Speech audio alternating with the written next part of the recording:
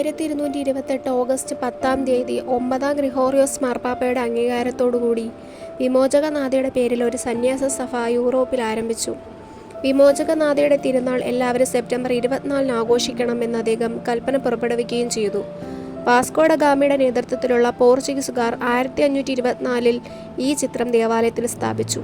പരിശുദ്ധരൂപയുടെ നാമത്തിലുണ്ടായിരുന്ന പഴയ ദേവാലയത്തിലാണ് ആദ്യമായി സ്ഥാപിച്ചത്. 1676 ഉണ്ടായ വെള്ളപ്പൊക്കത്തിൽ ഈ ദേവാലയം നശിച്ചുപോയി. ചിത്രം കായൽ പരപ്പിൽ ദിവസങ്ങളോളം ഒഴുകി നടന്നു. പലരും ഇത് വീണ്ടെടുക്കാൻ ശ്രമിച്ചെങ്കിലും അത് തെന്നിമാറി പോയിരുന്നതിനാൽ അവർക്കത് കിട്ടിയില്ല. അങ്ങനെയിരിക്കെ കൊച്ചി മഹാരാജാവിൻ്റെ മുഖ്യമന്ത്രിയായിരുന്ന പാലിയത്ത് രാമൻ വലിയച്ഛൻ കായലിൽ കൂടി വഞ്ചിയിൽ ചെന്തമംഗലത്തേക്ക് പോകും വഴി ഈ ചിത്രം കാണുകയും ഇത് എടുക്കുന്നതിന് വേണ്ടി വഞ്ചി അടുപ്പിച്ചപ്പോൾ അദ്ദേഹത്തെ അത്ഭുതപ്പെടുത്തിക്കൊണ്ട് ഈ ചിത്രം തന്നെ അദ്ദേഹത്തിൻ്റെ കൈകളിൽ വന്നു ചേരുകയും ചെയ്തു. ഇതിനെന്തോ ദൈവികത ഉണ്ടെന്ന് മനസ്സിലാക്കിയ അദ്ദേഹം ഇത് വല്ലാർപാടത്തെ ക്രിസ്ത്യാനികളെ തന്നെ ഏൽപ്പിച്ചു.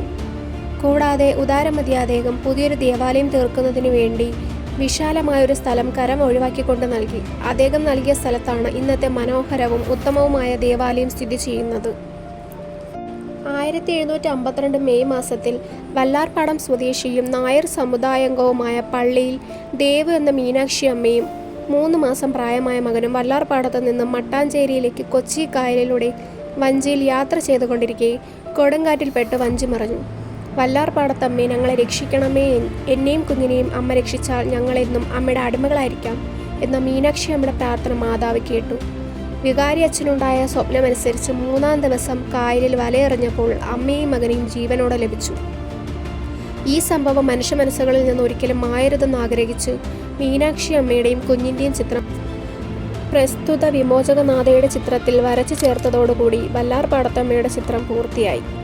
അന്നു മുതൽ എല്ലാവരും, പ്രത്യേകിച്ച് ജലമാർഗം ചെയ്യുന്നവരും മത്സ്യത്തൊഴിലാളികളും തങ്ങളുടെ സുരക്ഷിതത്വത്തിനായി വല്ലാർപാടത്തമ്മയെ ആശ്രയിച്ചു പോന്നു. മീനാക്ഷി അമ്മ വാക്കുപാലിച്ചു. അവരും മകനും ജ്ഞാനസ്ഥാനം സ്വീകരിച്ചു. മേരി എന്നും യേശുദാസ് എന്നും പേർ സ്വീകരിച്ചുകൊണ്ട് വല്ലാർപാടത്തമ്മയുടെ അടിമകളായി ഭജനമിരുതും പ്രാർത്ഥിച്ചും ദേവാലയത്തിൽ തന്നെ മരണം വരെ കഴിഞ്ഞുകൂടി. ഈ അത്ഭുത സംഭവം കേട്ടറിഞ്ഞു വന്നവരോട് അമ്മ എങ്ങനെ രക്ഷിച്ചുവെന്ന് സാക്ഷ്യപ്പെടുത്തുകയും അമ്മയിൽ ആശ്രയിക്കാൻ ഉപദേശിക്കുകയും ചെയ്തു. അങ്ങനെ മാതാവിൽ ആശ്രയിച്ച് പ്രാർത്ഥിച്ചവർക്കാകട്ടെ മാതാവ് സമൃദ്ധമായ അനുഗ്രഹങ്ങൾ നൽകി പോരുകയും ചെയ്തു. മാതാവിൻ്റെ തിരുസ്വരൂപത്തിൻ്റെ മുൻപിൽ നിരത്തിയിട്ടിരുന്ന ചിത്രങ്ങളും സാക്ഷ്യപത്രങ്ങളും ഇവ സത്യമെന്ന് തെളിയിക്കുന്നു.